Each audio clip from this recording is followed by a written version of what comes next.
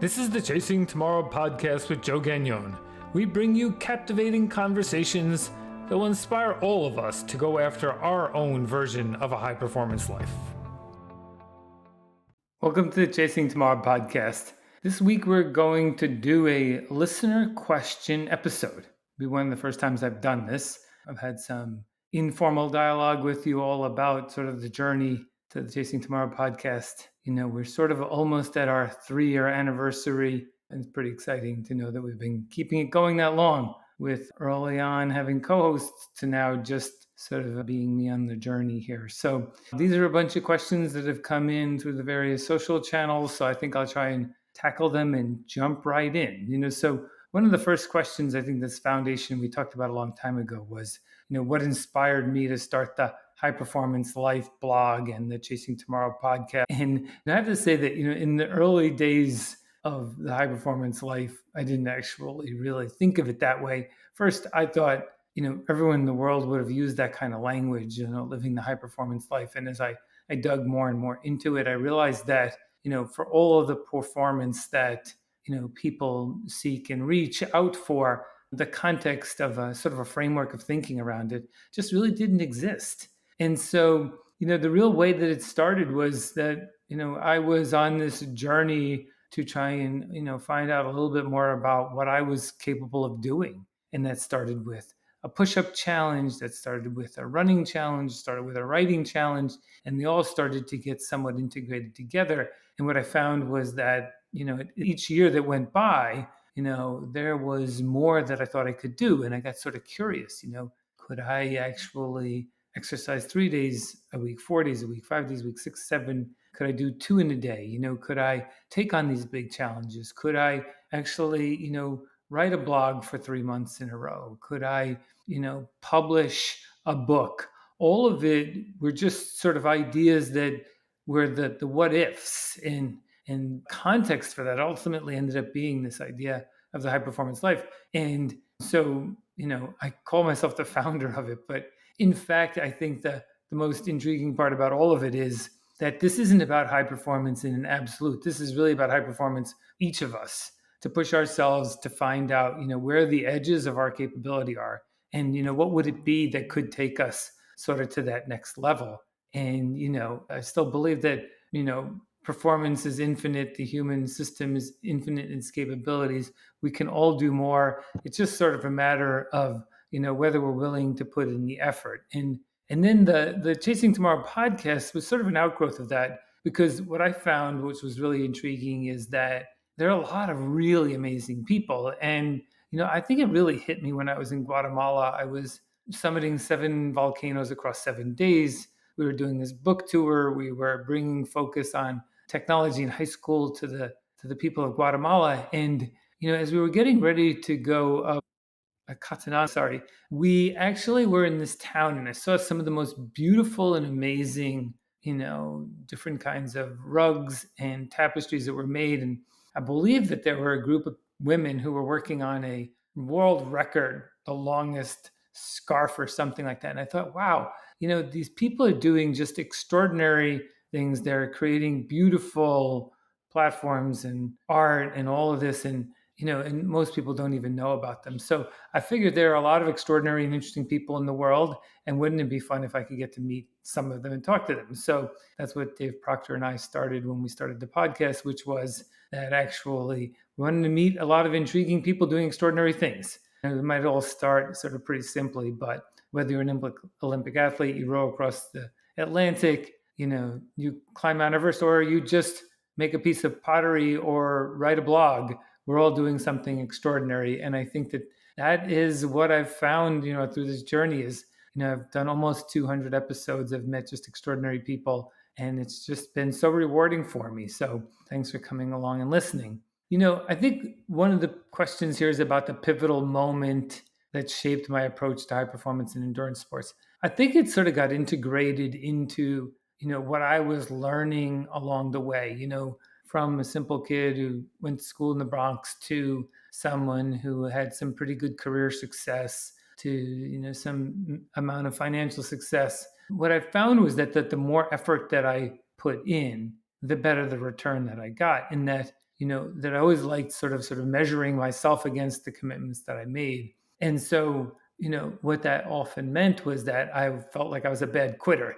If you asked me to do something, I just didn't feel that I could let myself down, let alone anyone else, if I was going to quit. And so one of those pivotal moments was, as many have read in my book or some of my talks, is that, in 2010, I did my second Ironman race. And at mile 90 or so on the bike ride, I had this pretty significant bike accident. And, I was knocked unconscious. Turns out I broke some ribs. I had broken my kneecap. I had bent the rim on the bike and the shifter. And nonetheless, I figured out a way to get up from this pretty horrific accident and get back on the bike and find a way to pedal to the transition, find a way to get my sneakers on, which was very painful, and then go run this marathon. And yeah, I went through, a lot of sort of crazy moments, from freezing cold in the warm weather to the pain to the sort of the doubt to the fear, through all of that. And what I really keep saying always to myself was, you came here to get the finisher t-shirt. You need to get the finisher t-shirt. You're not a quitter. You're not a quitter. You're not a quitter. And I think that sort of shaped my perspective, that it isn't always about finishing fast, but it's about completing what you set out to do. And yeah, there are probably many of you who would say, that was pretty foolish to get back up after such an accident. And, I won't even judge whether I should have or shouldn't have. I just did. But it's carried forward with me, which is that, often we allow this discomfort of life, some of the sort of the challenges that we face, to be the reason that we stop. And I think for me, it's always helped me both in my career, in the athletic endeavors, in sticking with relationships. I'm still married, whatever, 35 plus years, through all the challenges that it brings, is that, this life is ours, make the best of it. And every time we count on ourselves and we deliver, it seems to me that we just end up with a better life. What keeps me motivated during long and challenging endurance events? That's a great question. I think that by the time you arrive, you've sort of put in all the work. That's what everyone says, and you have a plan. Of course, sometimes the plan gets thrown out. But what keeps me going is that I always think that, let's just make it up that it's a Saturday race. By Tuesday, you're going to be sitting in the office having a cup of coffee and being quite comfortable. The time is going to continue to go. Regardless of what I do, it's going to be Tuesday soon. And so I might as well just keep moving, because time is going to move. I should move. And, so far, sort of as everyone says, knock on wood, I've not had anything other than discomfort, a few broken ribs here or there, but that got in the way. And so you set out with the goal, that time will pass, that you're moving forward, and you just sort of embrace the moment. I know everyone says, embrace the suck or something like that. But the truth of the matter is that, I put in the work, I came here to do this, and soon I'm going to be fine. So I might as well just work my way through it. And that doesn't mean that it might not feel completely miserable in the moment, but you have that foundation sitting inside you that propels you forward, knowing that really at the end of the day, you're just measuring yourself against yourself. And the more that we deliver that, the better we're going to feel, the more we'll take on, the better life gets, the more satisfaction. And ultimately, on this path to self-actualization, it's about falling in love with yourself because you're capable and you're worthy of being here. So all that integrated together is how I get through many of these events. A question was asked of, what does a typical training week look like for me? What I found in my training is that I align it very much towards whatever my near-term goal is. So this year, it's an interesting year. I had 2 ultra marathons in the beginning of the year. I had this 200-mile gravel bike race, ultra endurance gravel race, and then I'm close to my next 100-mile race. And so I orient all of my activities around those races. So it keeps me highly focused. And so every one of my weeks leading up to it is very specific to that event. So in the beginning of the year, I was running a lot more. After I did those 2 first ultras, I got on the bike and I started riding a lot. And then I finished that ride and now I'm running a lot. And so, but what I use is the 7 days of the week to be able to get me enough progress so that I feel comfortable by the time I get to the start line. And so it's an ever increasing amount of distance, it's an ever increasing amount of time. It's practicing the nutrition. It's thinking about that not every day is going to be easy, but maybe some days we go easier, some days we go harder. But ultimately, it's a foundation and a platform that's building up the resiliency, the strength, and the durability to be able to get me through all of this. And I like that, in the middle of that, I'm still doing all of my body weight exercises, the pull ups, the push ups, the sit ups. Those are creating strength and resiliency while I'm building my aerobic capacity. I figure out what I'm going to do tomorrow, today, so that I don't have to make a decision in the moment. And in that, I set out this framework that says, here's what I do. Every day, I think we all do this. We brush our teeth, we sleep, we eat. I add in exercise every day. Of course, I do my writing every day. And it's a foundation that sort of says we don't really question that we're going to do something like that. We just do it. And so all of these tactics and techniques sort of make it to where I both look forward to it, both the good days and the bad days, feel it, live it, appreciate it. And, at the end of the day, you get to these races and you're like, okay, here I am. Then you're done and then you figure out what can you sign up for next. The question always comes out and came through the listener questions here is that, what do you do to balance personal and professional commitments? And, I wrote about this in my book. And of course, you probably could do the math just like I could. 24 times 7 equals 168. That's how many hours there are in a week. How efficient are we with how we use time? Are we managing our time well? You can sort of buy the book, you can do your own worksheet, but fundamentally, it's about sort of take the 168 and sort of start to subtract. Like, what's the unnegotiable? Number one, let's say I work 40 hours a week, then I'm down 128. And number two, what if I want to sleep 50 hours? Now I'm down to 78 hours. And so I did my work and my sleep, and now I have 78 hours left. How do I want to use that 78 hours? So it would seem to me that you could fit into 78 hours a lot, whether that's eating, hanging out, doing some exercise, doing some of the other activities you like, following up, there's a bunch of slop time, I don't know, walking from the kitchen to the car. These things all add up, but at the end of the day, we have a lot of hours. It's just a matter of whether we're willing to use them and how we use them. So I think if you do the math, you find out that there is absolutely at least time for an hour of exercise a day. That would only be 7 hours out of 168 in a week. It seems rather reasonable if I was going to make this investment in who I am, what I'm capable of, how I show up for work, family, friends, community, my athletic endeavors, like that seems like a worthwhile investment. Now, 7 could turn into 14, could turn into 20, and then there's some implications to that. But at a minimum, we would want to invest in ourselves just the way we invest in our 401k or the rest of our lives. And then everything else fits in nicely because then it's all about priority. By the way, not everyone wants to spend all their time with me either. So you could negotiate with friends, family, children, all of that, sometime with each other and without each other. And it builds sort of a really pretty dynamic and resilient life. But I actually believe there's enough time in the week to get it all done. And I've proven that after all these years. One of the other questions is how do you handle setbacks and failures, both in professional life and in the athletic endeavors?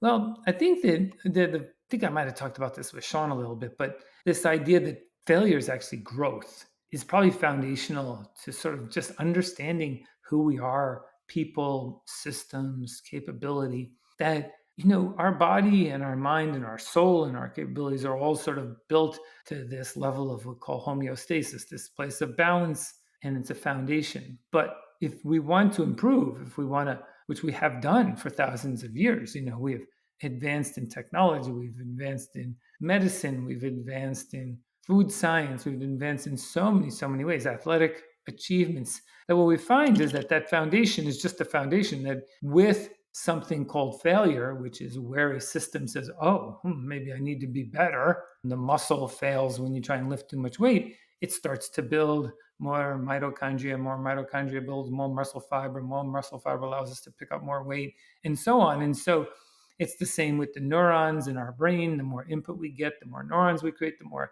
pathways that get created, and so on. So that I actually see some of the struggle as the necessary pathway to growth, to improvement, to high performance, to living a fulfilled and sort of purposeful life. That really, if we don't use our system, I think we've under leveraged the resource that we have. If you had some money in the bank, you'd probably want to do something with it. And if you have energy in your system, you'd want to do something with it. But the way to do that is through some effort. And that doesn't mean that sometimes it just doesn't feel great. But I think if we could accept that as sort of the price of being better, then it's probably worthwhile. And I continue to seek out some level of discomfort to challenge myself to be better, to grow, develop, and enjoy the journey. Another question I like is, how do you incorporate creative problem solving and leadership into your philosophy? Well, I think the foundation of creative problem solving starts with just curiosity.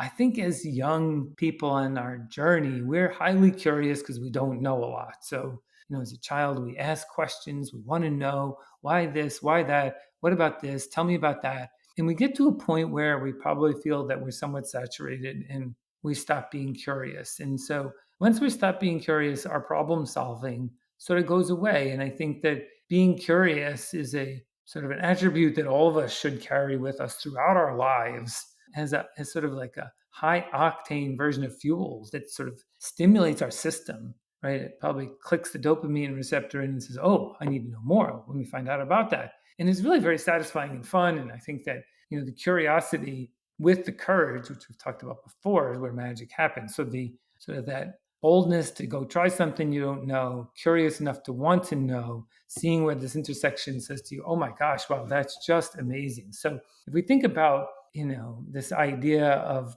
creative problem solving, part one is being curious. The second about creative problem solving is including others in the problem solving process. I don't know how much I would actually know how many versions of something that I've ever seen. But if I include a variety of cultures and people, if I include traditions or locales or geographies, different everything, I'm sure that they have looked at a problem differently than I have.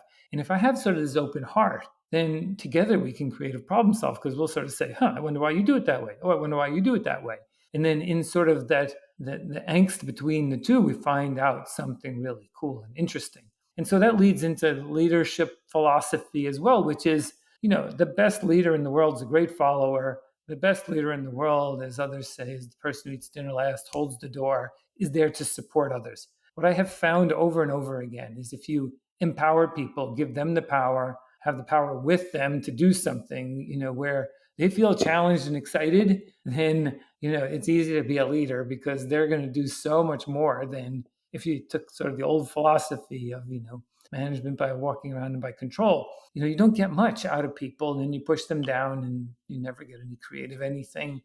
Their curiosity goes away. And we've sort of sadly, we've limited what's possible. So I think through creative problem solving, curiosity, courage, empowerment, community, and partnership, we can both be good leaders, great followers, enjoy this journey, and just have an extraordinary time along the way. A question that I also like is, what advice would I give someone to looking to push their limits and achieve extraordinary goals? Like, this is that old saying, which is, the journey of 1,000 miles starts with one step. So if you want to push your limits, just start and be curious about what happens when you do a little more. I had a blog I would love to rewrite over and over again, which is just one more, like just one more push up, just one more page in the book, just one more minute with a person, just one more mile on the run, just one more, just one more, just one more. If we keep doing that, all of a sudden, if we look back over time, we're going to realize that we've gone way further, dug way deeper, done way more than we would have ever otherwise done had we just sort of set at this physical limit. I've had people always ask me these questions, which is, when are you going to stop? When are you going to stop writing? When are you going to stop running? And I always sort of go back to it. It's like, I don't really understand the question. What's the purpose of that question? Like, you might stop. I have no idea, but why would I start with this idea of an end in mind? There's an end that we're all going to find, and let's hope that it ends up with some spiritual outcome at the end that's good for all of humanity. But really, at the end of the day, that's the stopping point. Between now and then, we should just keep leaning into our system. I found in my life, just as one example, that it has been accretive in ways I never even imagined. The number of sort of connections that I have and the friends that I have and what I've learned and the places I've gone and what I've accomplished. And all of this feels like somewhat of a privilege, but it's all been from just doing one more. And then, what's really fun is if you get known for that, if you get known as the person who everyone can count on because you're going to be there to the end, boy, do you get included in a lot more and life just gets that much better. I think another question that's always fun is this idea of mind, body, and soul and the integration of them. So I'm far from, the yogi or the true mindfulness expert. But through my sort of journey, what I've found out that this is actually only one system. There isn't a mind and a body and a soul. It's one. It's us. It's all. It's everything. They're connected in ways that maybe we can't even see. But starting off by respecting it, like by thinking about, how do we treat ourselves? Do we do positive talk to ourselves? Do we eat well? Do we rest the machine when it needs to? Do we share in our community? Do we walk around with a positive mindset? I think that the mind body soul connection starts and ends with how we start and end, with the positivity. The Stoics always said, worry about what you can control, not what you can't control. And I think there's a lot of power in that. We spend a lot of our sort of, energy on things that don't get us any return. And so that mind body soul connection breaks every once in a while when we're actually not, treating ourselves well. We're not running the system the way it should be. And then it's like a little bit of the car running out of gas. You sort of wonder, like, I got all this capability. I got tires, I got sheet metal, I got an engine, and it's not running well. Well, yeah, you didn't take care of it. And what would you expect? And I think that that is the key here. It's to figure that every decision that we make brings this integrated view of our life. And it actually helps us, sort of develop into the person we want to be. There's no need for permission to do that. And in the daily practices, I think it's about sort of reinforcing all of these elements and doing something about them. Talk about these 5 pillars of health span. They're really pretty simple. They're the nutrition, they're the sleep, they're the exercise, they're the community, and the mindset. And if we're actively with intention working on those every day, it really does create this integrated mind, body, soul connection. I've had a couple of funny recent, pieces of feedback. One of them is, sometimes you're too calm. I'm like, really? I don't even know if I am a calm person. I'm probably rather intense. But what I have been able to do is through this pathway, mostly the mindset of this Maslow's hierarchy, from meeting basic needs to self-esteem on the way to self-actualization, it's becoming comfortable with who we are and what we can become and believing in ourselves. And when we do that, I think we show up differently and people feel that. And then they want to be around you, but minimally, then you want to be with yourself. And so I really do think that the meditative nature of being intentional around a framework and a platform is really how this all comes together. And, if feeling crystals is part of the way that that happens, if it's, waking up in the morning and just looking at the sun, if it's sort of walking in the rain or sitting with a book, whatever the method, they all matter to ultimately what it is that we're going to become. So maybe, the last question for, today's listener questions is this idea of personal effectiveness in achieving what it is that we want to achieve. We have so much technology at our fingertips. I don't know if we need a lot of tech to be effective. I think it really comes down to the simplicity of, what goals do we set for ourselves? Write them out, like even on a piece of paper or a spreadsheet or in an app, somehow put them down, read them, make them intentional. Then, from there, build sort of the plan as to how you're going to deliver on that. Think about it. How does that play out over a week, over a month, over a year? We just passed the halfway mark of the year, and I sort of did an assessment on my goals for the year, where to do this 150,000 push-ups, 25,000 pull-ups, 100,000 crunches, run 3,000 miles, bike 2,000, write a blog every day, and write another book. And as I looked at it on June 30th, I was on track. Now, I have a lot to do to finish up the year, but I am actually on track with my goals. And so that's pretty exciting to know that. But that's because I was intentional. I wrote them down, I tracked them every day. I was able to do my assessment at mid year. I'm thinking a little bit about, do I need to get ahead on some of my goals? Because if I'm going to go run a 100-mile race, I might not be able to do push ups that night or the pull ups that night. But it is through this very explicit acknowledgement, commitment, the intention, and then the measurement of that. So then we're able to feel good about the progress, even though I know there's a lot more to accomplish. But I think personal effectiveness is just about sort of being committed to the commitment. I always keep talking about the superpower of, having the courage to make a commitment to consistency. And a lot of C's there, but courage, that's like the core of it. Commitment to ourselves, consistency, fall in love with the process, fall in love with daily, fall in love with whatever you feel privileged to be on this journey. And little by little, you'll get more effective. Maybe it'll take 5 years, 10 years. We got a long time ahead of us. We should feel great about that. And the choices that we make, the intention that we bring to that, the commitments that we follow through on, and then the way that we deliver is all about what this journey is about. And so I do appreciate everyone who listens into the Chasing Tomorrow podcast.